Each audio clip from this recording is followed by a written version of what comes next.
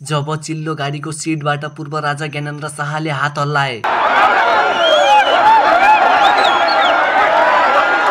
यसरी पूर्व राजा ज्ञानेन्द्र शाहलाई जनताहरूले स्वागत गरेको देखेर टाउके नेताहरूको सातो गएको छ। ज्ञाने चोर यो देश छोड, पारसे गुण्डा रुखमा झुण्डा भन्नेहरू आज राजा आऊ देश बचाऊ, केपी चोर यो देश छोड भन्दै सडक तताउँदैछन्। यतिको जनताको साथ पाएर नै होला पूर्व राजा ज्ञानेन्द्र शाह श्रीपेच लगाउने साहस गर्दैछन्। 2 पटक राजा भइसकेका पूर्व राजा ज्ञानेन्द्र शाह के अब तेस्रो पटक पनि राजा बन्न सक्छन् त? यदि त्यसो हो भने पूर्व राजा ज्ञानेन्द्र शाह राजगद्दीमा कहिले बस्दैछन्? आउनुहोस् आजको यो भिडियोमा पछिल्लो घटनाक्रमहरू अध्ययन गरेर आजको यो भिडियोमा स्पेशली जान्ने प्रयास गरौँ। त्योभन्दा अगाडि भिडियोलाई लाइक गर्दै च्यानललाई सब्स्क्राइब गरी अन्तिमसम्म हेर्दै गर्नुहोला। राजनीतिमा असम्भव भन्ने कुरै हुँदैन, किनभने नेपालमा गणतन्त्र सडकबाटै आयो, सडकबाटै फालिन पनि सक्छ। अनि अर्को कुरा, जब पूर्व राजा ज्ञानेन्द्र शाहले राजगद्दी त्यागे त्यो बेला भनेका थिए जनताको नासो जनतालाई नै सुम्पिन चाहन्छु। त्यसकारण पूर्व राजा ज्ञानेन्द्र जसले ताली पनि सहे गाली पनि सहे अनि विगत 17 वर्षदेखि गुमनाम रहेर आम नागरिकको जिन्दगी सरह बाँचिरहेका थिए। जुन पूर्व राजा ज्ञानेन्द्र शाह बस्ने दरबार अहिले म्युजियम बनेको छ।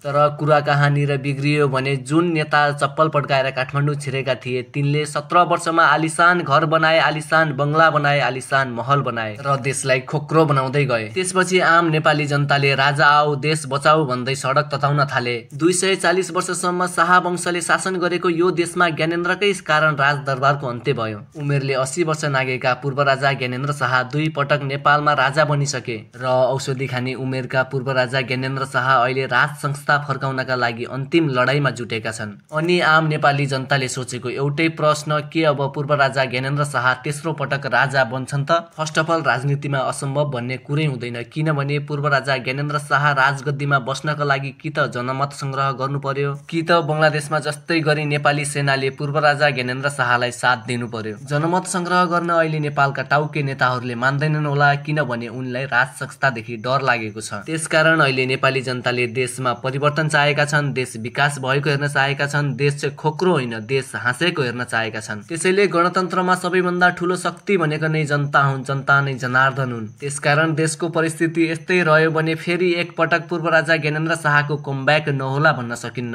र तपाईलाई यसबारेमा के लाग्छ कमेन्टमा अवश्य भन्नुहोला। अहिलेलाई भिडियोमा यति नै, हस्त धन्यवाद।